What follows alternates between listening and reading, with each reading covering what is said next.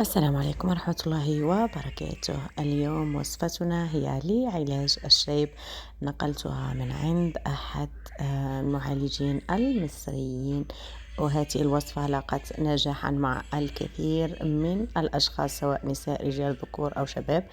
لكل شخص يعاني من الشيب، كل ما نحتاج إلى كمية من القسط الهندي. يمكنكم استعمال ملعقتين. القسط الهندي له الكثير من الفوائد، هو هنا مطحون. بعد أن قمت بتغلية إناء زجاج الذي سأضع فيه، وضعت فيه ملعقتين من القسط الهندي. يستحسن أن تستعملوه مطحون جديد، يعني ليس قديم ومخزن بودرة هكذا دقيقة، يعني ليست خشنة.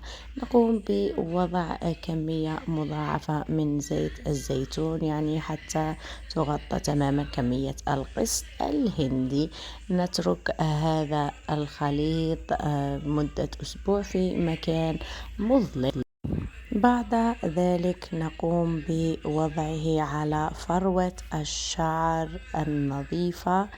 نقوم بالتدليك لمدة ربع ساعة مع الشعر يكون مقلوبا للأسفل، يعني نوجه رأسنا للأرض ونقوم بتدليك الفروة، وستجدون نتائج مذهلة بمتابعتكم لهذه الوصفة. ولا تنسوا بعد أن تستفيدوا من الوصفة أن تشاركوني بتجاربكم وكذلك أن تتابعوني عبر مواقع التواصل الاجتماعي الموجودة روابطها في صندوق الوصف.